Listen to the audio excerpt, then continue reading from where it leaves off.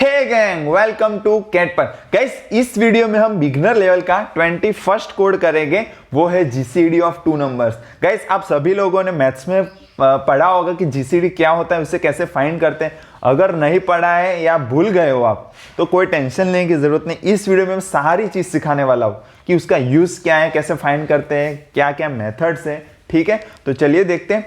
तो पहले जीसीडी को बोलते हैं ग्रेटेस्ट कॉमन डिवीजर। ठीक है, उसे एचसीएफ भी बोला जाता है, हाईएस्ट कॉमन फैक्टर, या जीसीएफ भी बोलते हैं, ग्रेटेस्ट कॉमन फैक्टर। ठीक है, तो ये तीन चीजें थी। और अभी मैं पहले जीसीडी कैसे फाइंड करते हैं उसके पहले मैं एक चीज सिखाना चाहता हूँ कि इसका रियल टाइम यूज क्या है, इसको यूज क्यों करते हैं। तो मैं आपको एक एग्जांपल दूं। आपके घर में एक विंडो है, ठीक है, उसमें आपको सलिए लगाने हैं, और सलिए इस तरह से लगाने हैं कि वो इक्वली डिस्ट्रीब्यूट हो। मान लो यहाँ पे इस दोनों सलिए के बीच में जो स्पेस हो, इस सलिए के दोनों में स्पेस हो, तो वो इक्वल हो। यहाँ पे इक्वल हो। मान लो आपकी यहाँ पे इसकी लेंथ है 40 और इसकी विड्थ है 15। तो अब क्या करोगे, आपको ये चीज़ करनी है, तो आप इन दोनों का जीसीडी फाइंड करोगे। जीसीडी मिलेगा 5। ठीक है, तो 5 क्रॉस 5 का आपको यहाँ पे स्पेस छोड़ के आप सलिए लगाओगे तो इक्वली डिस्ट्रीब्यूट हो गए। समझ में आया? बहुत ही सिंपल है। तो जीसीडी तब फाइंड करते हैं जब आपको चीज़ों को इक्वली डिस्ट्रीब्यूट करना हो। क्या करना हो? इक्वली डिस्ट्रीब्यूट, तब आप जीसीडी फाइंड करोगे। चलो गाइस, अभी मैं आपको एक क्वेश्चन पूछता हूं कि 18 और 24 का जीसीडी कैसे निकालोगे। तो आप बोलोगे सर इसके फैक्टर फाइंड कर दो। तो इसके फैक्टर क्या हो गए? 2 × 3 × 3। और इसके फैक्टर क्या हो गया? 2 × 2 × 2 × 3। अब इसमें से आप देखो कि ग्रेटेस्ट कॉमन कौन से है फैक्टर्स। तो 3 × 2 और यहाँ पे भी 3 × 2, तो हमारा आंसर आएगा 6। बहुत ही सिंपल है। तो गाइस, इस तरीके से तो फाइंड हम जीसीडी कर सकते हैं, बट अभी एक और मेथड है, उसे बोलते हैं यूक्लिडियन मेथड। ठीक है, अब यूक्लिडियन मेथड कैसे काम करती है मैं इस वीडियो में सिखाऊंगा। उसके बाद हम कोड करेंगे कि पाइथन में उसको कैसे यूज करना है। ठीक है, तो चलिए देखते हैं। तो देखो 18 था और 24 था, तो यहाँ पे मैं दोनों को नंबर दे देता हूँ A एंड B। ठीक है, बहुत ही सिंपल। अभी मैं चेक करूंगा कि इन दोनों में से अगर B ग्रेटर देन A से, ठीक है, तो मैं क्या करूंगा, दोनों को इंटरचेंज कर दूंगा। तो हमारा A हो जाएगा 24 एंड B हो जाएगा 18। इतना समझ में आया? अगर मेरा B A से बड़ा है तो, इतना समझ में आया आपको? तो इंटरचेंज कर दिया। उसके बाद क्या करूंगा, A = A - B। तो A कितना हो जाएगा? 24 - 18 6, एंड B हमारा हो जाएगा 18। ठीक है, इतना समझ में आया? अब ये आप बोलोगे सर ये माइनस क्यों किया आपने। तो मैं एक चीज़ बता देता हूँ कि जीसीडी की एक प्रॉपर्टी है। तो आप है ना, वो बड़े नंबर में से छोटा नंबर माइनस करते हो ना, तो जीसीडी कभी भी चेंज नहीं होता है। तो इसीलिए हम क्या चेक करते हैं कि बी अगर ग्रेटर देन है तो चेंज कर देते हो। यहाँ पे एक ए में से बी को माइनस करते रहते हैं। बहुत ही सिंपल। अब फिर से हमारा ए क्या हो गया? 6, बी क्या हो गया? 18। अब फिर से चेक करो कि b इज ग्रेटर देन है, नहीं है, हाँ है ना, है। तो यहाँ पे फिर से चेंज कर देंगे, तो a हमारा हो जाएगा 18 और b हो जाएगा 6। अब फिर से माइनस करो, 18 - 6 कितने हो गए? 12। ठीक है, अब फिर 12 - 6 कितने हो गए? 6। अब लास्ट तक कहाँ तक जाना है आपको? तो a हमारा मिल गया 6 और b भी मिल गया 6। अब जब आप माइनस करते रहो और a की वैल्यू 0 ना हो जाए, तब तक आपको माइनस करते जाना है। तो देखो a भी 6 है, b भी 6, तो a - b कितना होगा? 0। 6 - 6 0 हो जाएगा। तो हमारा आंसर हम क्या कर देंगे? प्रिंट b की वैल्यू 6। ठीक है, बहुत ही सिंपल है। तो ये यूक्लिडियन मेथड थी, बहुत ही सिंपल मेथड है। यही सेम चीज़ हम देखने वाले हैं पाइथन में करके। तो चलिए देखते हैं। तो गाइस, आपको सबलाइम टेक्स्ट खोल देना है और आपको एक फाइल बना देनी है gcd.py। ठीक है, यहाँ पे मैंने कमेंट करके रखी है find the GCD of two numbers. तो यहाँ पे पहले तो हमें 2 नंबर यूजर से लेने पड़ेंगे। तो मैं ले लेता हूँ a। ठीक है, इंट, उसको इंट में कन्वर्ट कर देते हैं। Enter the number a। ठीक है, और इसको सेम कॉपी करके पेस्ट कर देते हैं, और यहाँ पे कर देता हूँ मैं b, और यहाँ पे भी मैं करता रहूँगा b। ठीक है, तो a और b 2 नंबर मिल गए हमको। अभी हमें क्या फाइंड करना है? जीसीडी। ठीक है, तो यहाँ पे मैं क्या कर रहा हूँ? वाइल लूप का यूज़ कर रहा हूँ। ठीक है, वाइल लूप का यूज़ कर रहा हूँ। और वाइल लूप में मैं चेक करूंगा कि ए की वैल्यू 0 ना हो जाए, ए नॉट इक्वल टू 0। ठीक है, हमने देखा ना अभी माइनस करते रहेंगे, ए में से बी को माइनस करते रहेंगे कब तक, तो ए की वैल्यू 0 हो जाएगी तब तक। ठीक है, तो यहाँ पे मैं पहले क्या चेक करूंगा कि बी अगर ग्रेटर देन ए है। ये क्यों चेक कर रहे हैं बी ग्रेटर देन ए? क्योंकि हम ए में से ही माइनस कर रहे हैं बी को, हम ए में से ही माइनस कर रहे हैं बी को, क्योंकि मैंने आपको बताया ना कि जो बड़ा नंबर होता है उसको छोटे नंबर से माइनस करते हैं तो जीसीडी चेंज नहीं होता है।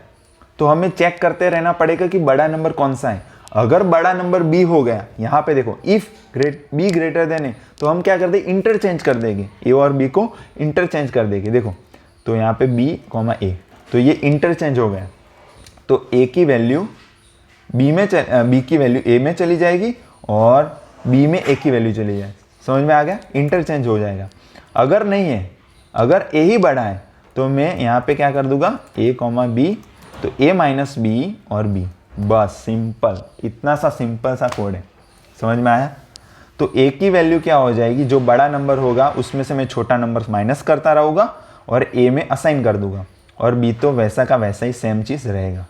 अब ये लूप कहाँ तक चलेगी, जब तक ए 0 ना हो जाए तब तक। यहाँ पे मैं प्रिंट कर दूंगा बी, बहुत ही सिंपल है। अभी इसको एक बार रन करके देखते हैं, नहीं समझ में आया गाइस तो कोई टेंशन लेने की ज़रूरत नहीं है, मैं समझाता हूँ आपको।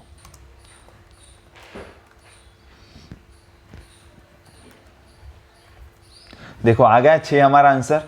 अभी गाइस आपको समझ में ना आया हो ना, तो इसको हम विजुलाइज करके भी एक बार देख लेते हैं।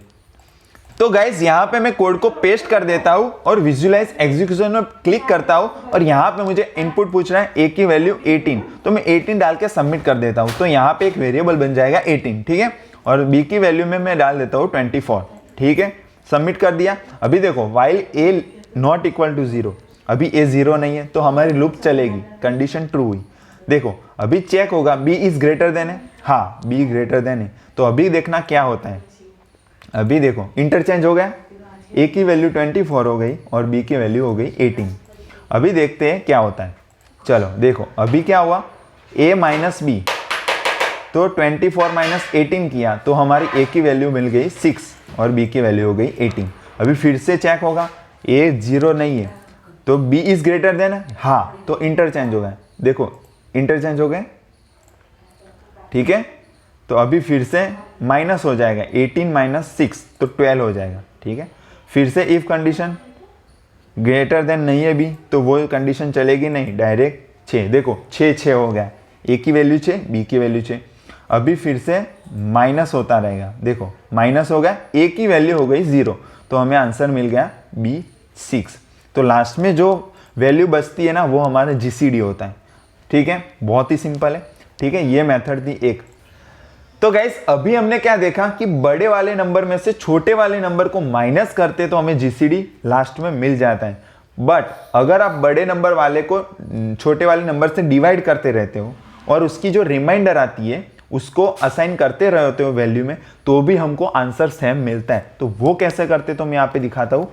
मान लो 18 है ए की वैल्यू और बी की वैल्यू है 24, तो हमें क्या करना है, ए बी मॉड्यूलो ए और ए की बी की वैल्यू हो जाएगी ए। बस इतना सिंपल सा आपको याद रखना है, आपको आ जाएगा समझ में। देखो ए हमारा क्या हो जाएगा, 24 मॉड्यूलो 8 6, और बी की वैल्यू हो जाएगी 18, ठीक है, समझ में आया। तो ए हमारा फिर से, अब ये करते रहो, कब तक करते रहेंगे, जब तक ए की वैल्यू 0 ना हो जाए तब तक। देखो बी कितना है, 18 मॉड्यूलो 6 करो तो हमारा कितना आंसर आएगा, 6, ठीक है, और b की वैल्यू क्या हो जाएगी, b की वैल्यू कितनी हो जाएगी, 6, ठीक है। और अभी करो 6 मॉड्यूलो 6, हमारा आंसर आ जाएगा 0। a की वैल्यू 0 हो गई तो हमारा आंसर क्या आ जाएगा, b हम प्रिंट कर देंगे, वो हमारा आंसर होगा। बहुत ही सिंपल। अब ये चीज़ भी हम करके देखते हैं तो आपको ज़्यादा समझ में आएगा। चलो तो यहाँ पे मैं जाऊँगा, तो यहाँ पे मुझे क्या क्या चेंजेस करने पड़ेंगे।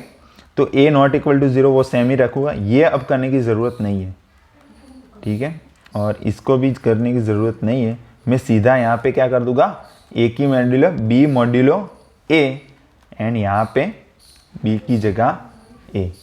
तो यहाँ पे a की वैल्यू क्या हो जाएगी, b मॉड्यूलो a और b की वैल्यू हो जाएगी a। बहुत ही सिंपल है। इसको अभी सेव करके एक बार रन करके देखते हैं तो आपको ज़्यादा समझ में आएगा। देखो 18 एंड 24, 6 आया आंसर। यहाँ पे कोड को पेस्ट, विजुलाइज एग्जीक्यूशन। देखो गाइज यहाँ पे अभी a की वैल्यू मैं डाल रहा हूँ 18 और b की वैल्यू डाल देता है 24। ठीक है, तो अभी गाइज a हमारा 0 नहीं है तो नेक्स्ट जाएगा, तो b मॉड्यूलो a कितना होगा 6 और b की वैल्यू हो गई 18। अब फिर से ऐसे चलता रहेगा। देखो 0 और 6, तो a की वैल्यू 0 हो गई तो हमें b मिल गया। बहुत ही आसान है, ये 8 स्टेप में हो गया। तो हमने जो पिछली वाली मेथड देखी थी उससे ये मेथड क्या है, आसान है, बहुत ही आसान है। तो ये एक मेथड थी। अभी आपको गाइस ये समझ में आएगा तो कोई टेंशन लेने की जरूरत नहीं। अभी मैं थोड़ा आगे जाता हूँ, फंक्शन बना के भी आप इसको कर सकते हो। तो वो कैसे करते हैं, तो यहाँ पे एक फंक्शन बनाते हैं, डिफाइन जीसीडी ऑफ 2 नंबर्स।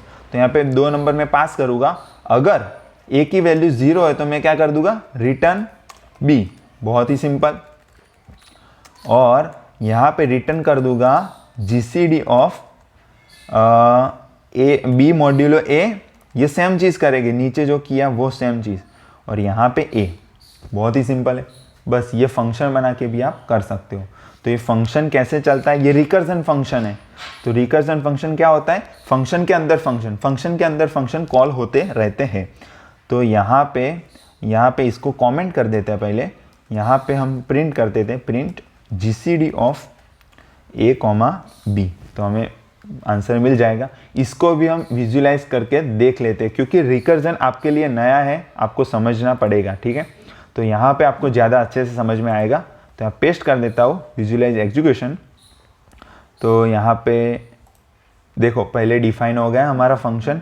यहाँ पे a की वैल्यू है 18 और b की वैल्यू डाल देते हैं 24। ठीक है, सबमिट कर दिया। अभी देखना गाइस ये रिकर्जन फंक्शन कैसे चलता है, बहुत ही अच्छे से देखना। देखो प्रिंट कराया तो फंक्शन कॉल हुआ, a और b की वैल्यू, a 0 नहीं है, रिटर्न हुआ। देखो अभी रिटर्न हो गया 6 और 18। अब फिर से होगा, फिर से रिटर्न हुआ तो 0। अभी देखो a की वैल्यू 0 है तो हमें रिटर्न क्या मिलेगा, देखो रिटर्न वैल्यू होगी 6। अभी इसकी रिटर्न वैल्यू फिर से वापस ऊपर जाएगी और फिर से हमें लास्ट में आंसर मिल जाएगा। बहुत ही सिंपल है। तो गाइस ऐसे हम फंक्शन बना के भी जीसीडी को फाइंड कर सकते हैं। ठीक है, और अभी एक और मेथड आपको सिखाता हूँ।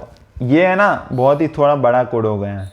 ठीक है, इसको और छोटा करते हैं तो हम लैम्बडा फंक्शन का भी यूज़ कर सकते हैं। तो लैम्बडा फंक्शन का कैसे यूज़ करेंगे, तो मैं यहाँ पे सिंपल सा इसको पहले कमेंट कर देते हैं और यहाँ पे मैं क्या करूँगा, यहाँ पे लैम्बडा और यहाँ पे 2 आर्ग्यूमेंट पास करेंगे a और b। ठीक है, और कॉलन के बाद हम क्या रिटर्न करेंगे, यहाँ पे देखो ऊपर जो लिखा है वही लिखना है, b रिटर्न करेंगे इफ a इक्वल टू 0।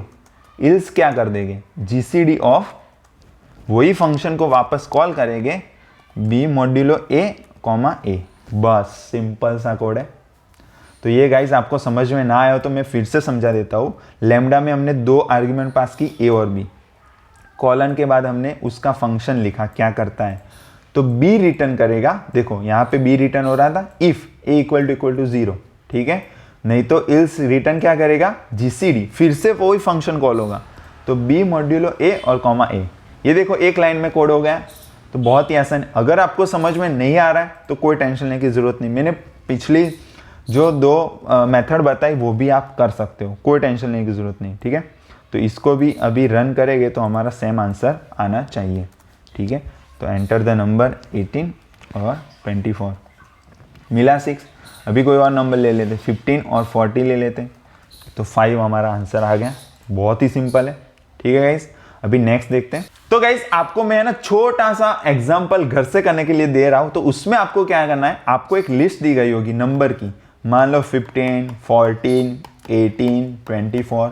तो ये सारे नंबर का आपको जीसीडी निकालना है। तो आप कैसे निकालोगे, पहले ये दोनों नंबर का जीसीडी निकालोगे, फिर ये दोनों नंबर का जो जीसीडी आएगा उसको ये नंबर के साथ निकालोगे, इसका जो आएगा इसके साथ। तो ऐसे आप एक एक करके जीसीडी निकालोगे और लास्ट में आपको एक जीसीडी मिलेगा, ठीक है। तो ऐसा आपको करना है, ठीक है, घर से। तो गाइस इस वीडियो में इतना ही। अगर आपको कोई क्वेश्चन है तो कमेंट में पूछिएगा, मैं जरूर आंसर दूंगा। और हंसते रहिए, खेलते रहिए, खुश रहिए और इस चैनल को सब्सक्राइब करना बिल्कुल ना भूलिए। Thank you so much.